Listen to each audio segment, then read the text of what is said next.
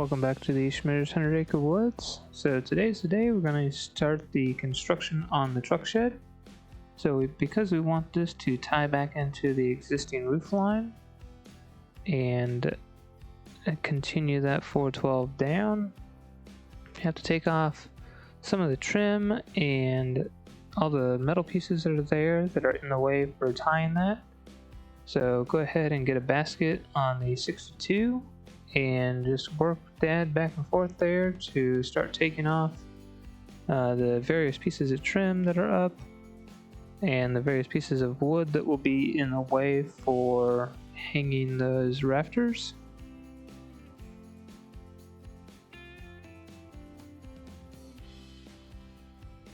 So start by getting off all of the metal trim and then take the gutter boards off next.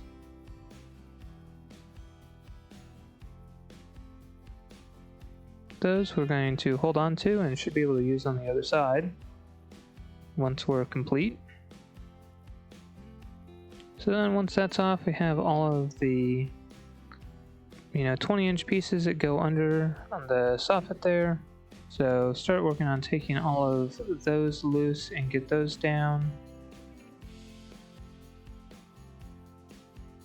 Try to go ahead and just lay out all the metal. Some pieces we will need to reuse.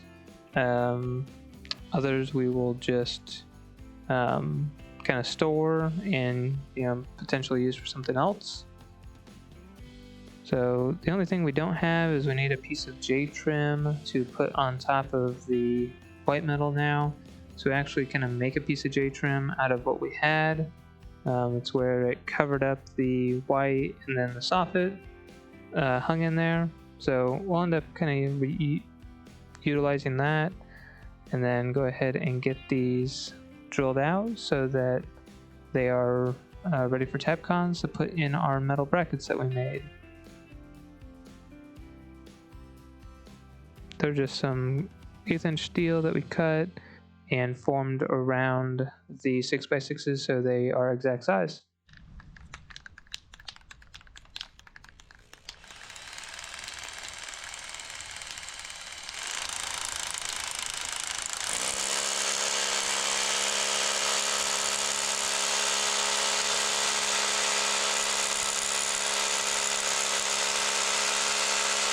We go super sophisticated with our depth gauge and just use a piece of black tape on the drill bit to make sure that we've drilled far enough down. And as I've mentioned in other ones, just run that a couple times with the air to make sure you get all of the dust out so that whenever you run the bolt down, you don't compress that dust and blow out your concrete. So there, got those put in place, and we just had a chalk line on the pieces so we knew where to put each of them. Yeah, we got all of the pieces mounted on here. Have the little plates in the bottom to raise it up from the bolt that's holding it down into the concrete. Got our first post out. We're going to work on getting it mounted, drilling holes through it, getting bolts in. So we'll be working on that. Once we get the first one done, be able to get that one and then run a line to get the other ones squared up.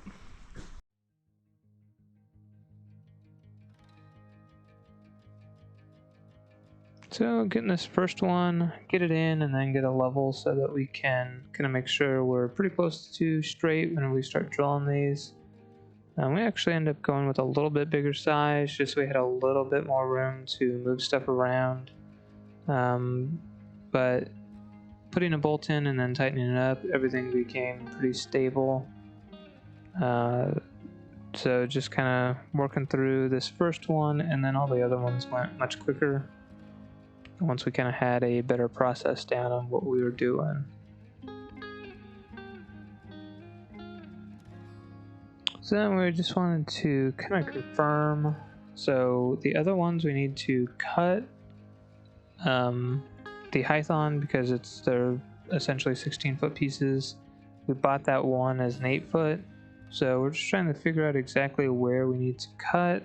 So we're just trying to do the math, figure out on our 412 where exactly things are going to fall, where, you know, the 2x10, which is actually what we're going to end up using for the header, how that's going to be put on there. So it ended up being a little bit shorter than we thought, but kind of having that 2x10 takes up another 10 inches that we weren't initially accounting for. So we ended up actually kind of doing a little bit less than a 412, so we actually made it a little shallower. We were able to raise it up 5 inches, kind of with the post and stuff that we had. So it made it a little bit nicer to where I could walk under it without hitting my head at 6 foot. So that's kind of what we ended up doing, but here is just kind of us trying to figure out where everything's going to go, and had one of the rafters cut, so I could hand that up to him and then kind of hold it up here, measure angles, and kind of get things preliminarily set up and figured out. So it's kind of what you see here. Went ahead and just screwed a board up on the 6x6 so that it could hold it while we had that up, and then I just toe screwed it up at the top, so that we could both be down and kind of work on making sure we had everything correct and kind of seeing how everything would lay out. Again, I think I mentioned somewhere that, you know, this first one takes a lot longer as you kind of try to figure out everything and make sure you have all the layout correct. Once you have that first one done and have it all kind of figured out, the rest of them become a lot quicker. Kind of know what you're doing at that point, and you can just go through and do it instead of having to try to figure everything. So just spend a little bit more time up front to make sure everything's correct, and then we're able to go through everything else much quicker.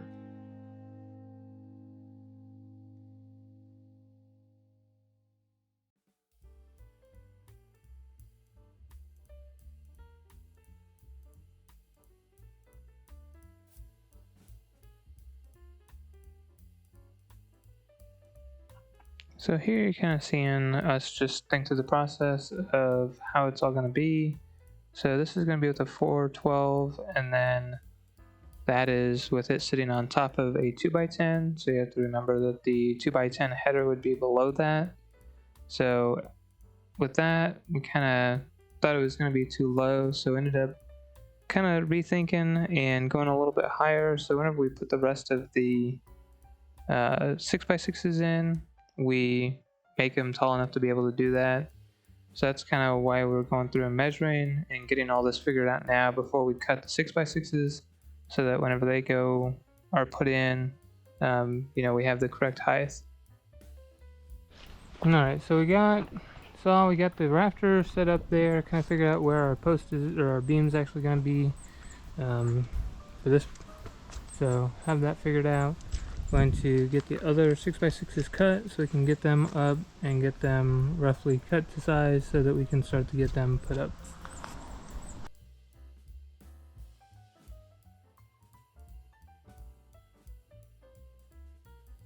So in this next one, you can kind of see we went through and got it put into the bracket that's already attached, and then just work on drilling some holes in the bottom of it through the metal and getting some bolts put in it. Don't really tighten these down at this point since we'll have to take everything down to do the notch, but we just kind of want to get things in place so that we can mark it.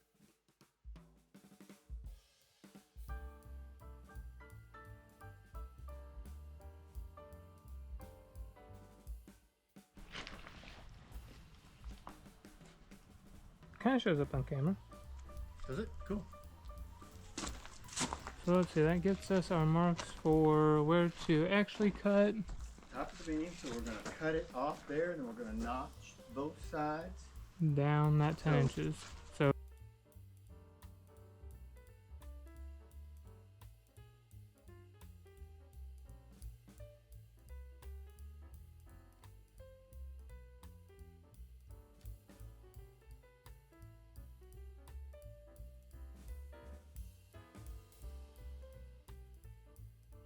So here we're getting everyone cut to the same size, so just taking a circular saw and cutting it off at that height.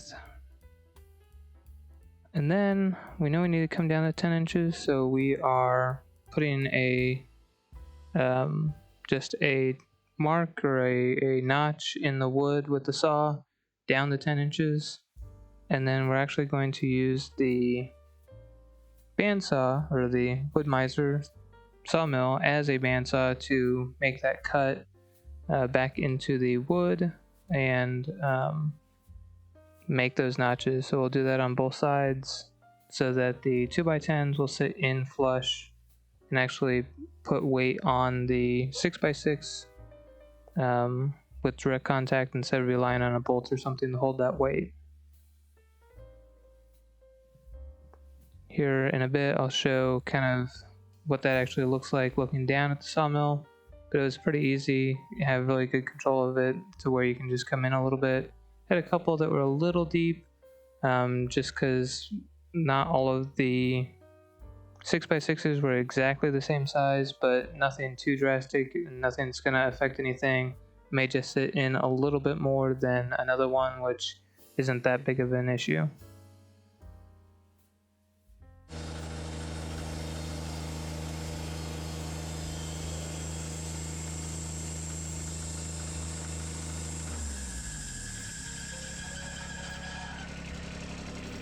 So there you can see, basically just come in, cuts that piece out.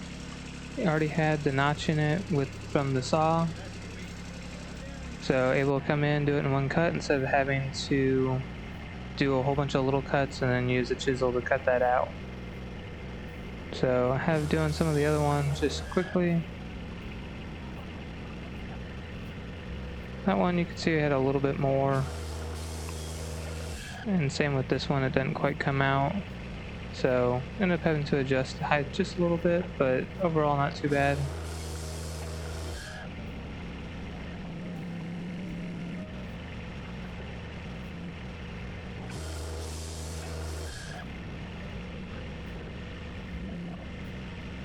So that's one that we had a little bit more that needed to be removed, but overall won't affect the actual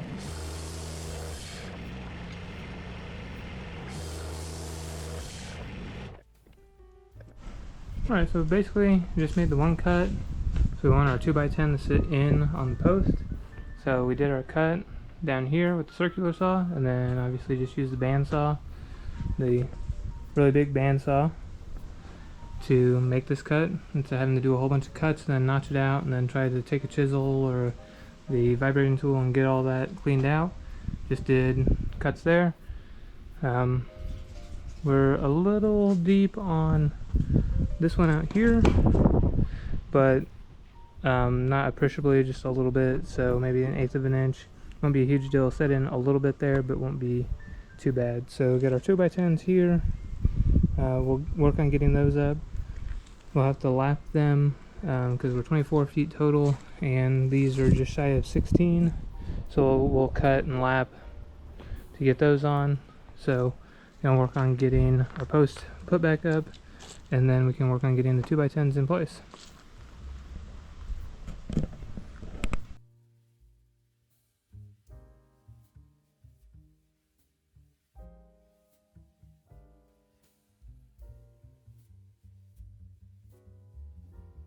So since there is some small variation, we went ahead and numbered these 1, 2, 3, 4 before we took them down, so that we knew which order they went in to go back up and which direction they go as far as front and back. Again, not a huge deal as far as front and back, but just making sure that we kind of put it back the way it was that we measured, just so that we're consistent and we don't have any issues arise from getting something out of sequence later on.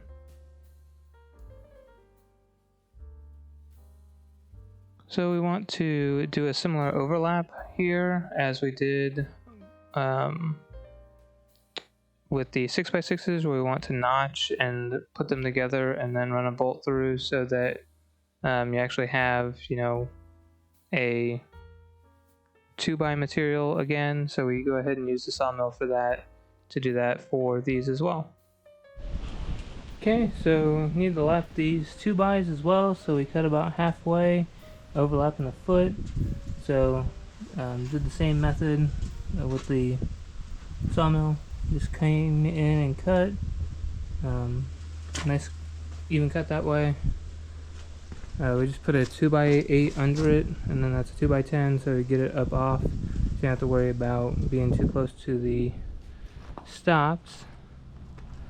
And then here's the other 3. So we'll get these put up. They're notched already, so we'll be able to set them up and then bolt them together. And I think the front ones will lay on the 3rd one there. The back one, I think it will kind of be in the middle. I just didn't have boards long enough to be able to fall on this one to not have the stagger where our cuts fall. But it should be decent enough.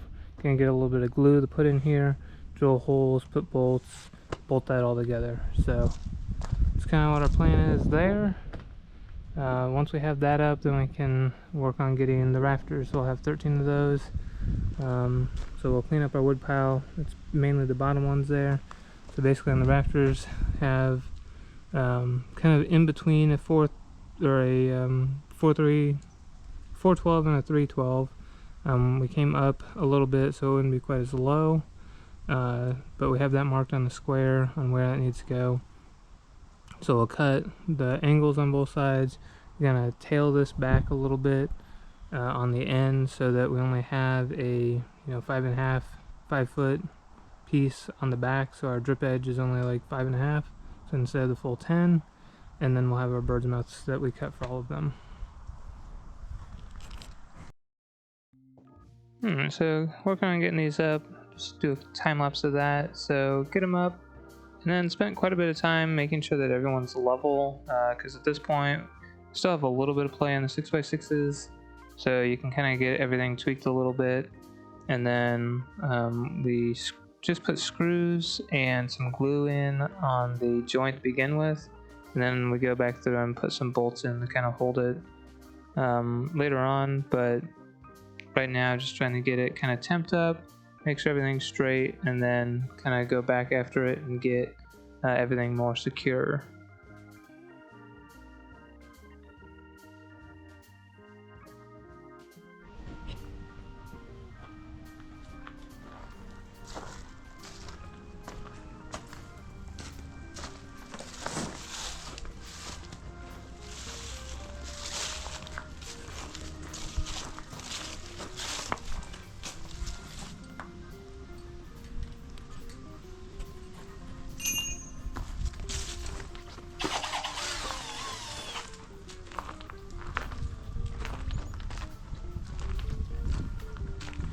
So now that we have this up, we'll get it more secure, but then we can start putting the rafters up. So kind of using the first one as a guide, we go through and get everyone cut to the same length, and kind of get it put up and mark it so that it's correct. And then we're able to mark the first couple because there's some variation in it as far as kind of what we have to do to get it to sit up correctly. But we mark the first couple, and then from there we measure so that we're not marking off of a template, just because you can add kind of error to that. But go through, get them cut to the same size, and then work on getting our back cuts made, so that we have the back angle at 5.5 inches, and then also get the bird's mouth cut. So there you can kind of see what I mean by have the 5.5 at this end, and then with the back cut back, then we just have pretty small bird's mouth here, but have that sit on the 2x10s, so all that load's going down onto those.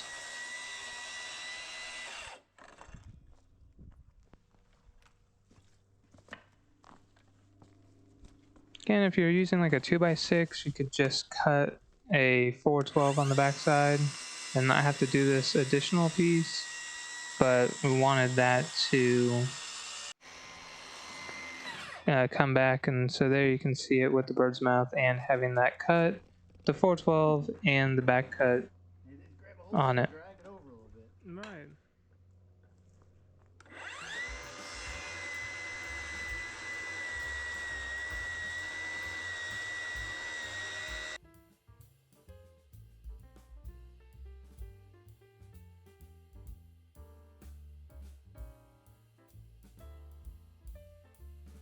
So they went up pretty quick. Able to initially just toe screw at the bottom or at the top into the 2x12 that's already on the building, and then we put temp pieces of wood up at the bottom, measuring the correct distance away to get the distance figured, and then have something to attach to at the bottom so you don't have to worry about them twisting over, and that way everything's straight up and down. You can see just time lapse of getting the next set done and then getting them put up. So it was such that I could get them up there, and then he could stay in the basket on the tractor, so you get everything attached up there. Again, just toe screwing it at the top, and then I'm able to put a piece of 2x4 up the correct distance away, so I have him measure at the top what he's going to put it at, get that attached, and then that gives me something to attach the rafter to. We'll probably just keep those up there. It makes a little bit more support so that you have support there at the bottom, since there's not a whole lot to attach to with the small bird's mouth that we have on this one.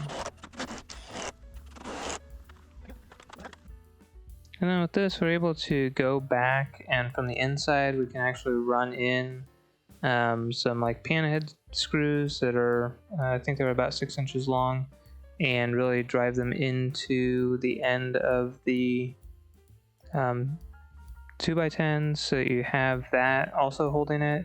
And then we did get the straps that you put on there to help hold as well. So toe screws, just temporary, put screws in the back to hold, and then we have the straps that we'll put on there as well to take some of that load, so we're not just relying on the kind of construction screws to hold them.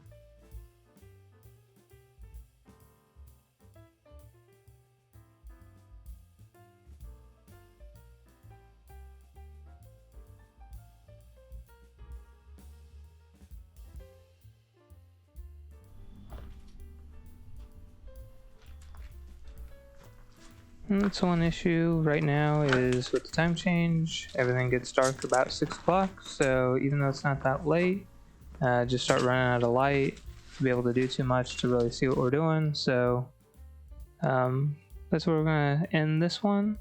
Stay tuned for working on the roof next. Hit that thumbs up button, subscribe, and we'll catch you next time.